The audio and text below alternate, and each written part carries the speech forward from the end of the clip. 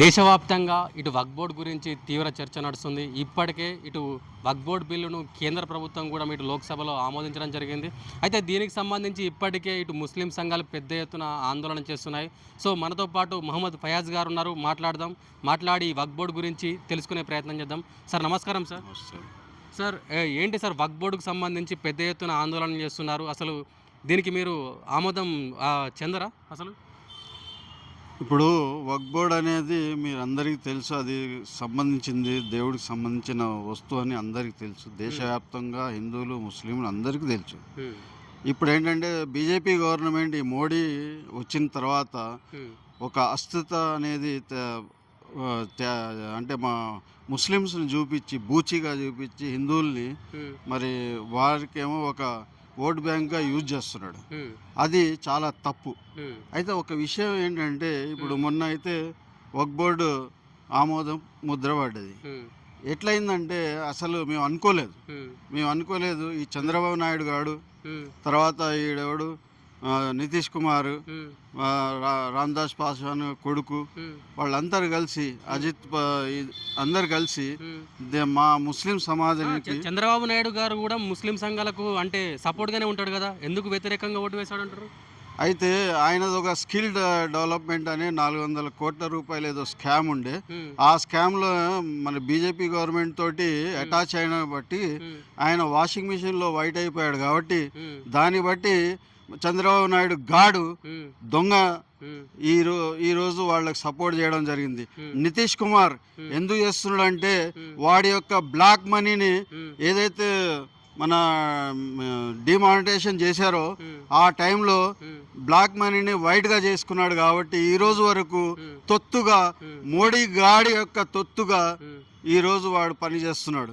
అదేవిధంగా అందరినీ బ్లాక్మెయిల్ చేసింది ఎవరంటే ఈ బీజేపీ గవర్నమెంట్, ఈ ఆర్ఎస్ఎస్కు సంబంధించిన సంస్థ, మోడీ అండ్ అమిత్ షా వీళ్ళిద్దరు కలిసి గుజరాత్ లాబీని మొత్తం ఇండియాలో ప్రభావితం చేస్తున్నారు. మొత్తం ఇండియాని. ఇప్పుడు ఏంటంటే ఒక విషయం చెప్తాను. ఏదైతే మరి వక్ఫ్ బోర్డు ఆమోదించబడ్డదో, ఎందుకు ఆమోదించబడుతుందో చెప్తాను, వినండి. ఒకటి, రైల్వే అనేది అమ్మేశాడు, రైల్వే భూములు కూడా అమ్మేశాడు. ఎవరికి? అదానికి. అదేవిధంగా ఆర్మీని కూడా అమ్మేశాడు. అది ఎట్లా అంటే మరి ఒక 4 సంవత్సరాలు ఉద్యోగం ఇవ్వడం అన్నట్టు చేసి ఆర్మీని కూడా అమ్మేశాడు. అది కాక ఇప్పుడు వక్ఫ్ బోర్డులో ఉన్న 9 లక్షల ఎకరాలని ఎట్లా కబ్జా చేసి అదాని అంబానీ మరి పెద్ద పెద్ద కార్పొరేటర్కి ఇవ్వడానికే ఈ విధంగా మరి వక్ఫ్ బోర్డుని లాక్కున్నాడు తప్ప ఎవరు హిందువుల మీద ప్రేమ ఉండి కాదు, ముస్లింల మీద ప్రేమ ఉండి కాదు. ఆయనకు ఆ ప్రేమే లేదు. మీరు ప్రేమ లేదంటున్నారు. ఒకవైపు మోడీ ఏం చెప్తున్నారంటే కేవలం ఈ వక్ఫ్ బోర్డు భూములు ముస్లింలో ఉన్న పెద్ద వర్గాల వాళ్ళే అనుభవిస్తున్నారు, అందులో ఉన్న పేదలకి భూమి దక్కట్లేదని చెప్పేసి వాళ్ళు చెప్తాం జరుగుతుంది. అట్లయితే మీరు ఆ మాట అయితే వక్ఫ్ బోర్డులో ఈ సంస్కరణ చేయాల్సింది ఎవరైతే మరి పెద్దలు ఉంటారో వాళ్ళ మీద కఠినమైన జైలు శిక్షలు, మరణ శిక్షలు, ఉరి శిక్షలు పెట్టాల్సింది. కానీ ఈ విధంగా ఎవడో ఒక ఐఏఎస్ ఆఫీస్ చెప్పింది ఫైనల్ అన్నట్టు, మరి ఇదివరకు ఏంటంటే మా ట్రిబ్యునల్ చెప్పింది ఫైనల్, ఇప్పుడు ఏంటంటే ఐఏఎస్ ఆఫీస్ చెప్పింది ఫైనల్గా చిత్రీకరించడం ఎంత మట్టుకు సమము. అదే కాక నెంబర్లు ఏదైతే ఉన్నారో నెంబర్లలో సగం మేము సగం వాళ్ళు అంటే మరి ఏ విధంగా పరిష్కారం అవుతుందో మాకు అర్థం కావట్లేదు. అదే చైర్మన్ అనేది కస్టోడియన్. ఆ కస్టోడియన్ మీద మేము తిరుగుబాటు అంటే మన కోర్టు కూడా పోలేము. అక్కడ సిఓ ఇదివరకు ఏంటంటే ఓన్లీ ముస్లిం ఉండేవాడు, ఇప్పుడు ఐఏఎస్ ఆఫీసర్ ఏదో ఏ కులస్తుడైనా ఉండొచ్చు. అప్పుడు ఏమవుతుందంటే వాడి ఇష్టం ప్రకారంగా ఈ దేశాన్ని మరి అదాని అంబానీ మరియు ప్రతి వాడికి అప్పచెప్పడానికి ఈ కుట్ర జరుగుతుందని ప్రతి పౌరుడు అర్థం చేసుకోవాల్సిందిగా నేను మనవి చేస్తున్నాను. లేదు, మీరేమో ఇప్పుడు ఈ వక్ఫ్ బిల్కు వ్యతిరేకంగా మీరే చెప్తున్నారు. ఒకవైపు మీ ముస్లిం సంఘాలే కొంతమంది అంటే ఈ వక్ఫ్ బోర్డుకు సపోర్ట్గా మాట్లాడుతున్న పరిస్థితి కనిపిస్తుంది. ఎట్లా చూస్తారు మరి దీన్ని? అదే కదా, అప్పుడు కూడా త్రిబుల్ తల్లాకు అవన్నీ అయినప్పుడు ఏమేం చేశారంటే కొంతమందిని బుర్ఖాలతో తొడిగించి వాళ్ళ కొంత కార్యకర్తలు ముస్లిమ్స్ ఉన్నా సరే వెనక మొత్తం వాళ్ళు బుర్ఖాలు వేపించి ఒక డ్రామాగా చిత్రీకరించడం తప్ప ఈ ముస్లిం సమాజం ఎవరు ఇది అంటే దీన్ని స్వాగతించలేదు.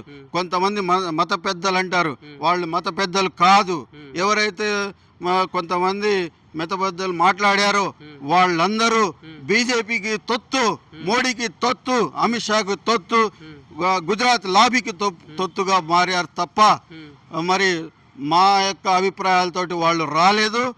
వాళ్ళంతా అమ్ముడు పోయిన రకం. వాళ్ళని వినక రేపొద్దున మా కాంగ్రెస్ ప్రభుత్వం వచ్చిన తర్వాత డెఫినెట్లీ ఎవడెవడైతే ఈ అన్యాయాలు చేశాడో వాళ్ళందరినీ ఉరి శిక్ష వేసేదాకా మేము ఊరుకునేది లేదు.